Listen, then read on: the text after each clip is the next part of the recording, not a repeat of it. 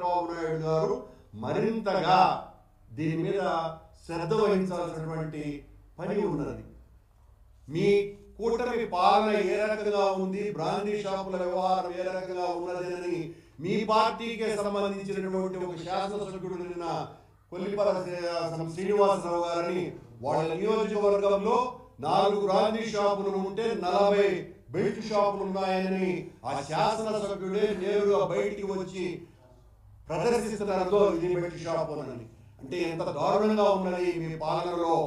మీరేమో నాణ్యమైన మద్యం ఇస్తున్నాము అని మాటలు చెప్పి ప్రజలందరినీ తాగుబోతులు చేయించేటువంటి కార్యక్రమం ఉద్యమ రూపంలో చేస్తున్నారు. ఇది ఏమాత్రం కూడా సరైనటువంటి చర్య కాదు.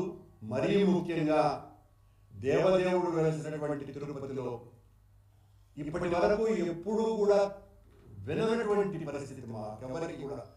చిన్నతనం నుంచి కూడా తిరుపతిలో ఈ రకమైనటువంటి అసాంఘిక కార్యక్రమాలకు నిలయాలుగా రెస్టారెంట్లు లేదా హోటళ్ళు ఉన్నాయన్నటువంటి ఎప్పుడు కూడా వినలేదు, కనలేదు. మొదటిసారిగా తిరుపతిలో అంటే మరి చంద్రబాబు నాయుడు గారు తిరుపతి పవిత్రతను కాపాడుతాను అని వీరదండాలు వేసుకొని మాట్లాడుతున్నటువంటి పరిస్థితులలో రోజులలో తిరుపతిలోనే ఈ రకంగా మత్తు పదార్థాలు, మాదక ద్రవ్యాలు, అమ్మాయిల పట్ల అసభ్యకరమైనటువంటి చర్యలు, అమ్మాయిలతో డ్యాన్సులు, ఈ డీజే సౌండ్లు ఇవన్నీ కూడా తీవ్ర కలతలకు గురి చేస్తున్నాయి. ఆక్షేపించవలసినటువంటి అవసరం ఉన్నది. తిరుపతిలో ఉన్నటువంటి ప్రజలందరూ కూడా పెద్ద ఎత్తున దీని మీద ఆలోచించాలి. తిరుపతిలో ఒక దుష్ట సంస్కృతికి బీజాలు పడినాయి. ఈ బీజాలను వెంటనే మనం పెకలించి వేయాలా. పోలీసు అధికారులు, ముఖ్యంగా ఎస్పీ గారు, అలాగే ఎక్సైజ్ అధికారులు వీళ్ళందరూ కూడా అప్రమత్తంగా ఉండాలి.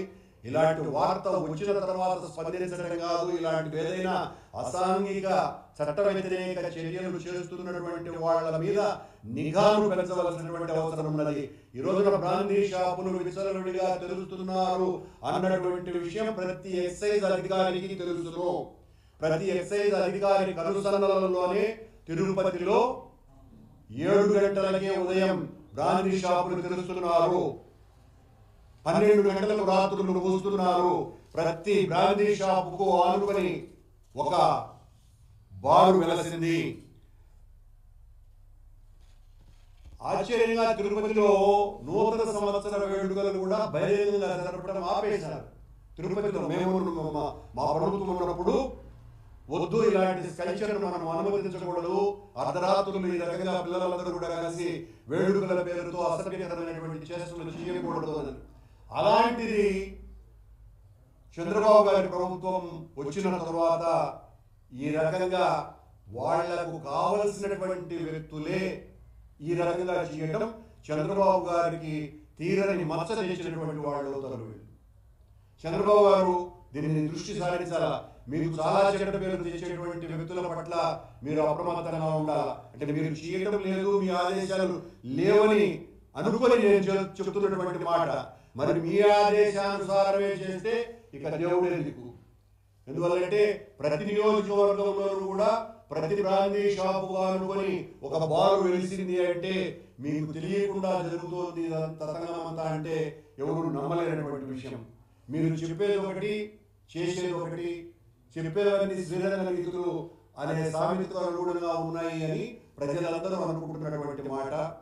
తిరుపతిలో ఈ పవిత్రతను కాపాడండి, ఈ నగరం యొక్క విశిష్టతను కాపాడండి. ఇది మీ ఊరు అని మీరు రోజు చెప్పుకుంటూ ఉంటారు. మా కులదైవం వెంకటేశ్వర స్వామి అని చెప్పుకుంటూ ఉంటారు. మీ ఊరిలో వెలసిన వెంకటేశ్వర స్వామి ఆలయ పవిత్రతను, అమ్మవారి పవిత్రతను కాపాడుకోవాల్సినటువంటి బాధ్యత మీ మీద, మొట్టమొదటి మీ మీద ఉన్నది. ఎందుకంటే ఈ రాష్ట్ర ప్రథమ వ్యక్తి మీరు, అధికారం అంతా కూడా మీ చేతుల్లో ఉంది. మీరు కన్ను తెరిస్తే ఈ షాపులన్నీ కూడా చట్ట ప్రకారం ఏ సమయానికి తెరుచుకోవాలనో ఆ సమయానికి తెరుచుకుంటాయి, ఏ సమయానికి మూసేయాలనో ఆ సమయానికి మూసుకొని ఉంటాయి. కానీ ఆశ్చర్యంగా వాటిల తలుపులు తెరిచారు, మీరు కన్నులు మూశారు.